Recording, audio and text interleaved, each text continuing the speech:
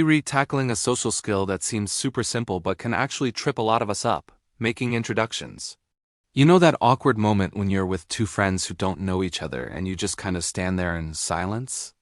Yeah, let's make sure that never happens again. Learning how to make smooth, effective introductions is a game changer for your social and professional life. It makes people feel comfortable, valued, and connected.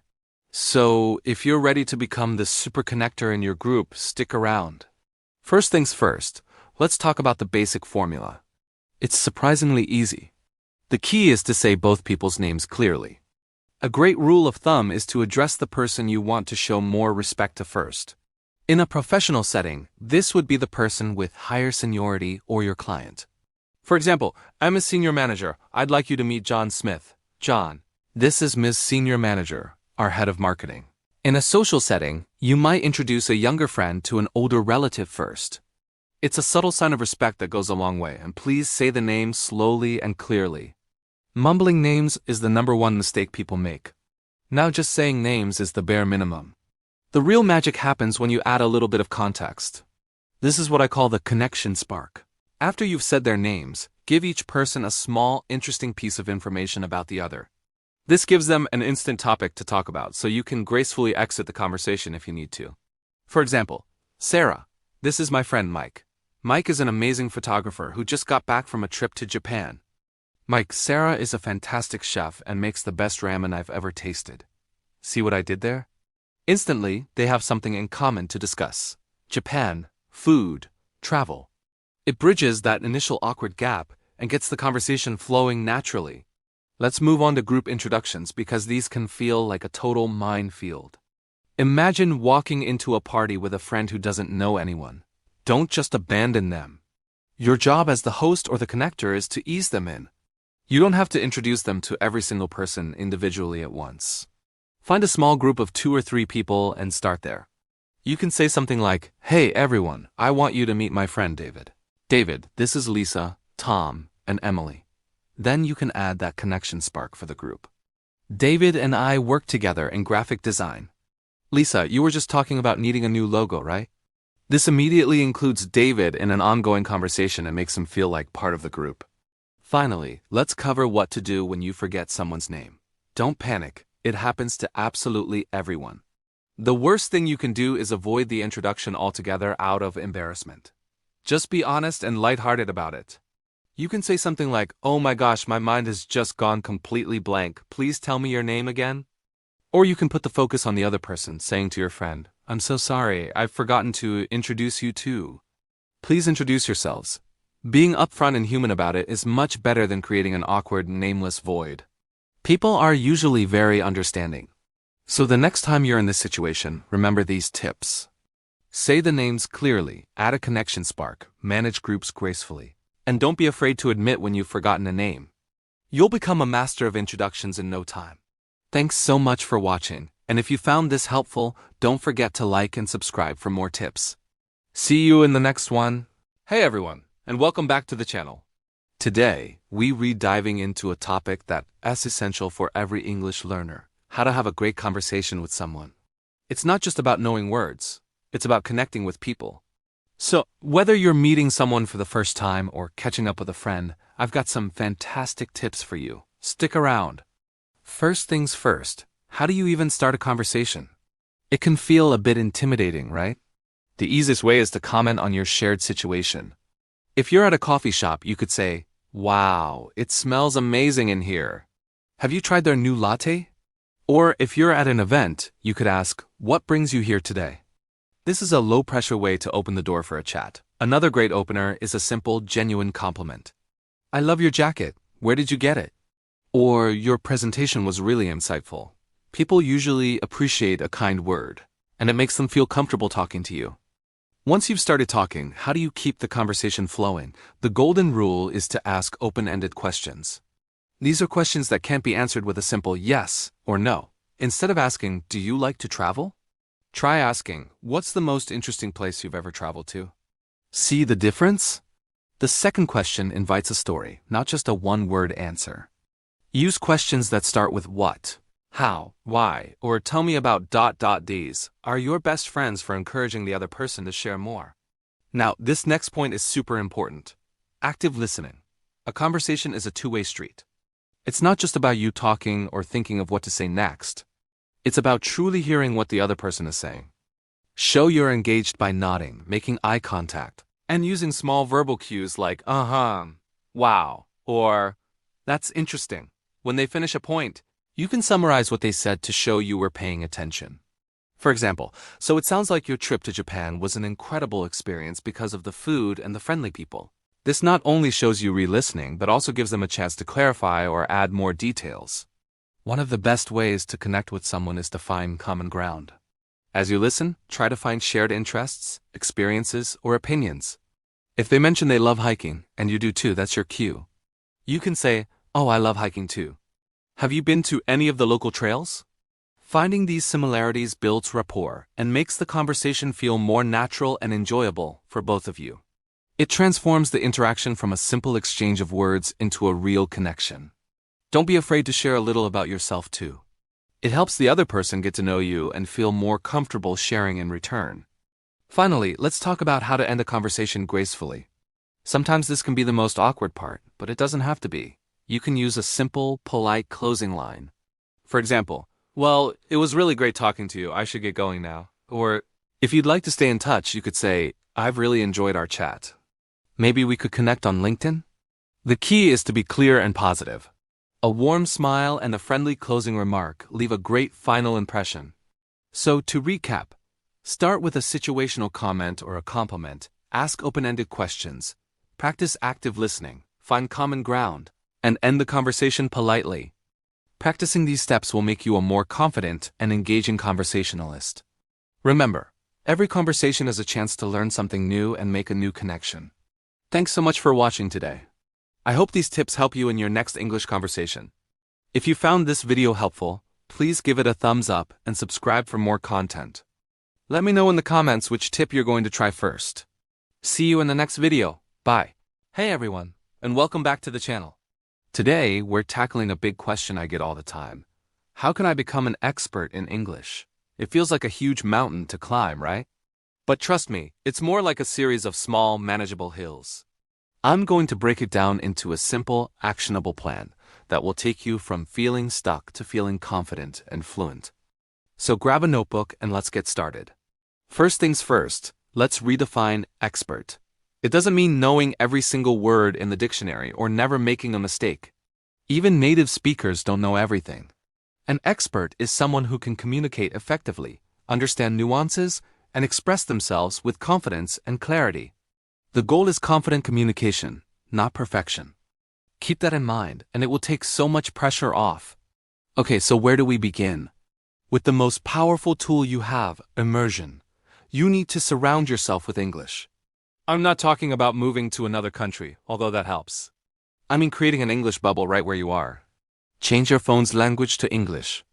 Watch your favorite movies and TV shows in English, first with your native subtitles, then with English subtitles, and finally with no subtitles at all. Listen to English music and podcasts while you're commuting, cleaning, or working out.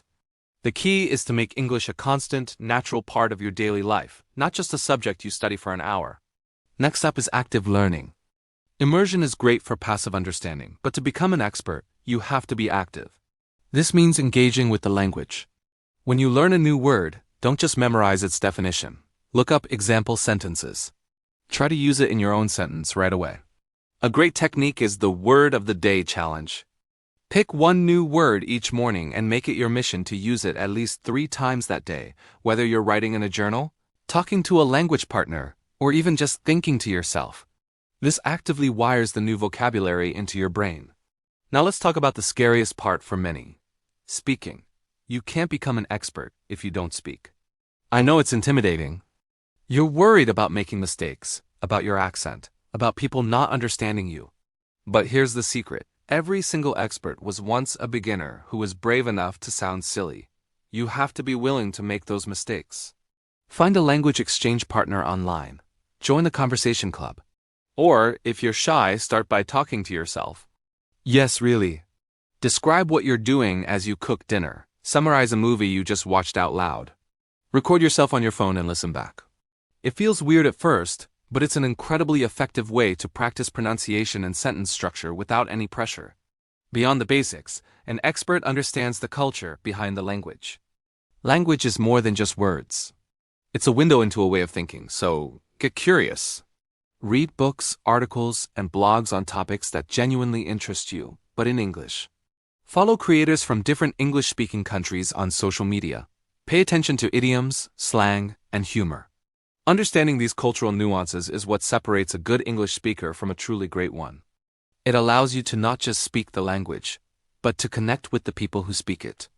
So to recap, redefine what expert means to you. Create an immersive English bubble. Be an active learner, not a passive one. Bravely practice speaking, even if it's just to yourself. And finally, get curious about the culture. This isn't an overnight process, but by consistently applying these strategies, you will see incredible progress. You'll move beyond just knowing English to truly using it like an expert. Thanks so much for watching today. I hope you found these tips helpful. If you did, give this video a thumbs up and don't forget to subscribe for more language learning advice. Let me know in the comments which tip you're going to start with first. Keep practicing, stay consistent, and I'll see you in the next video. Bye for now. Want to go from just okay to truly brilliant in English? It's not about memorizing endless vocabulary lists or spending hours on grammar drills. I'm going to share the real secrets that will transform your English skills. Forget the old school methods. This is about thinking and living in English. First, let's talk about input. You need to immerse yourself completely. This means changing your environment.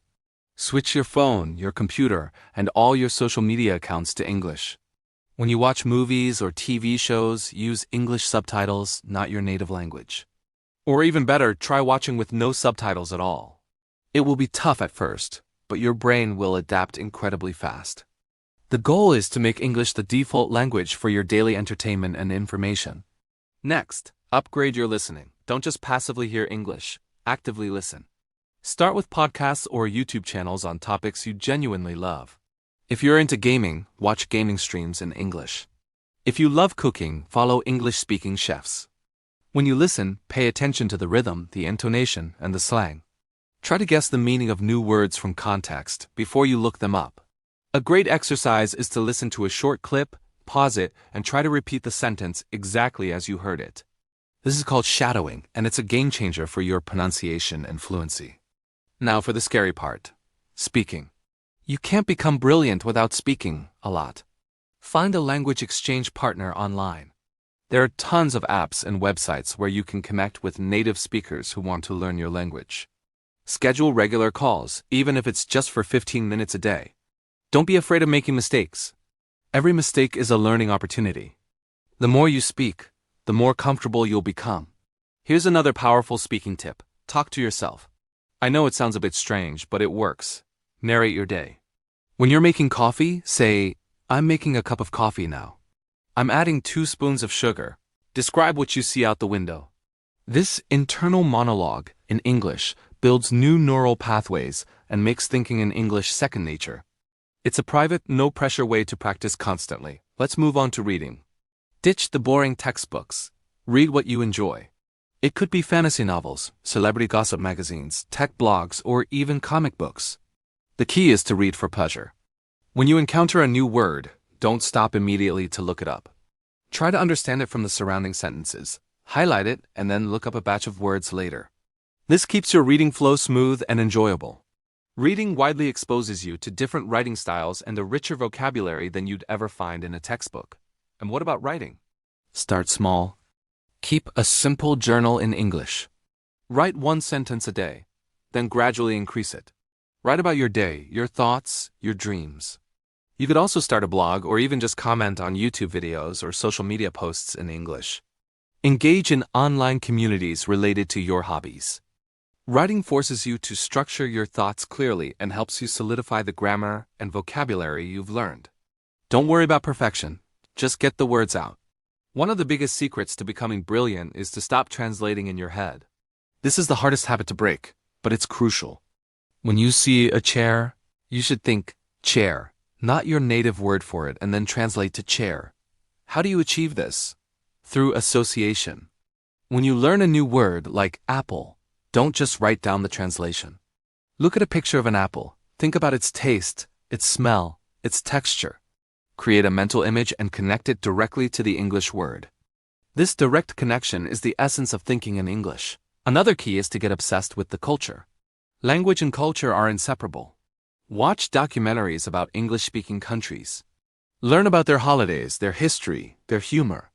Understanding cultural references will give you a much deeper comprehension of the language. You'll understand the jokes, the idioms, and the subtle nuances that non-native speakers often miss. It makes the language come alive. Let's also talk about mindset. Believe that you can become brilliant. It's not a special talent reserved for a few.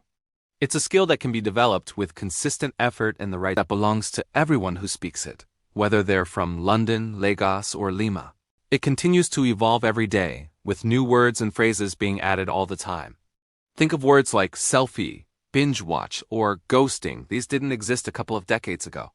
The story of English is a testament to its incredible flexibility and adaptability. It has survived invasions, absorbed countless influences, and transformed itself time and time again. It's a messy, beautiful, and powerful tool for communication that connects people across the planet. So the next time you write an email, watch a movie, or just chat with a friend, take a moment to appreciate the incredible journey this language has been on. Thanks so much for watching. What's your favorite thing about the English language? Or what's the most confusing part for you? Let me know in the comments below. If you enjoyed this journey through linguistic history, don't forget to give this video a thumbs up and subscribe for more content. See you in the next one.